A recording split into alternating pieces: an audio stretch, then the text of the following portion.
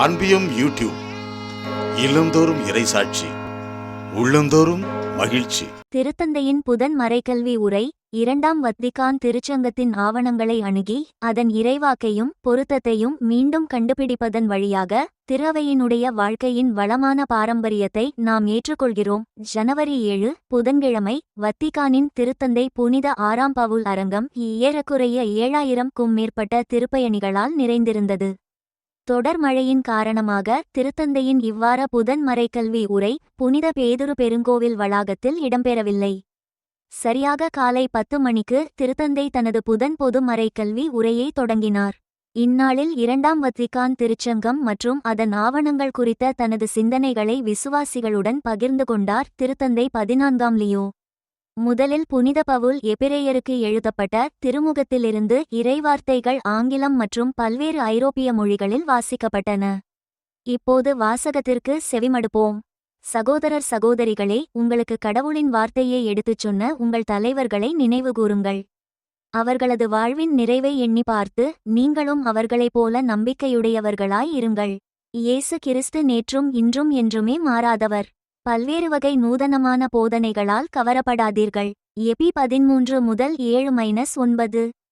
அன்புள்ள சகோதரர் சகோதரிகளே, இயேசுவின் வாழ்க்கையின் மறையுண்மைகளில் நாம் கவனம் செலுத்திய யூபிலி ஆண்டுக்கு பிறகு 2ஆம் வத்திக்கான் திருச்சங்கத்திற்கும் அதன் ஆவணங்களை மீண்டும் வாசிப்பதற்கும் அர்ப்பணிக்கப்பட்ட ஒரு புதிய மறைக்கல்வி உரை தொடரை நாம் தொடங்குகின்றோம். திருஅவையின் இந்த நிகழ்வின் அழகையும் முக்கியத்துவத்தையும் மீண்டும் கண்டறிய இது ஓர் அருமையான வாய்ப்பு. 2000ஆம் யூபிலி ஆண்டின் இறுதியில் திருத்தந்தை புனித 2ஆம் ஜான் பால் அவர்கள் 20ஆம் நூற்றாண்டில் திருஅவை பெற்ற ஒரு பெரிய இறை ஆசிராக 2ஆம் வத்திக்கான் திருச்சங்கத்தை முன்னிலைப்படுத்துவது எனது கடமையாக நான் எப்போதும் உணர்கிறேன். அப்போஸ்டாலிக் லெட்டர் நோவோ மிலேனியோ இன்யுன்டே 57 என்று கூறினார். 2025ஆம் ஆண்டில் நீச்சேயா திருச்சங்கத்தின் ஆண்டு நிறைவோடு 2ஆம் வத்திக்கான் திருச்சங்கத்தின் 60வது ஆண்டு நிறைவையும் நாம் கொண்டாடினோம். இந்த நிகழ்விலிருந்து நம்மை பிரிக்கும் காலம் மிக நீண்டதல்ல என்றாலும் 2ஆம் வத்திக்கான் திருச்சங்கத்தின் காலத்தைச் சேர்ந்த ஆயர்கள், இறையியலாளர்கள் மற்றும் விசுவாசிகளின் தலைமுறை இப்போது நம்முடன் இல்லை என்பதும் உண்மை. நாம் இத்திருச்சங்கம் வழங்கும் செய்தியில் தொடர்ந்து கவனம் செலுத்தி அதன் உள்ளுணர்வுகளை பயன்படுத்துவதற்கான வழிகளை தேட வேண்டும்.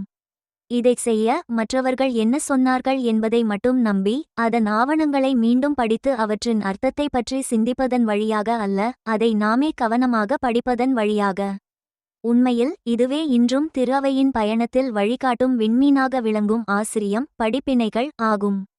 இந்த அன்பியம் யூடியூப் சேனலை நீங்கள் ஷேர் பண்ணுங்க, சப்ஸ்கிரைப் பண்ணுங்க, லைக் பண்ணுங்க. Wish you all the best.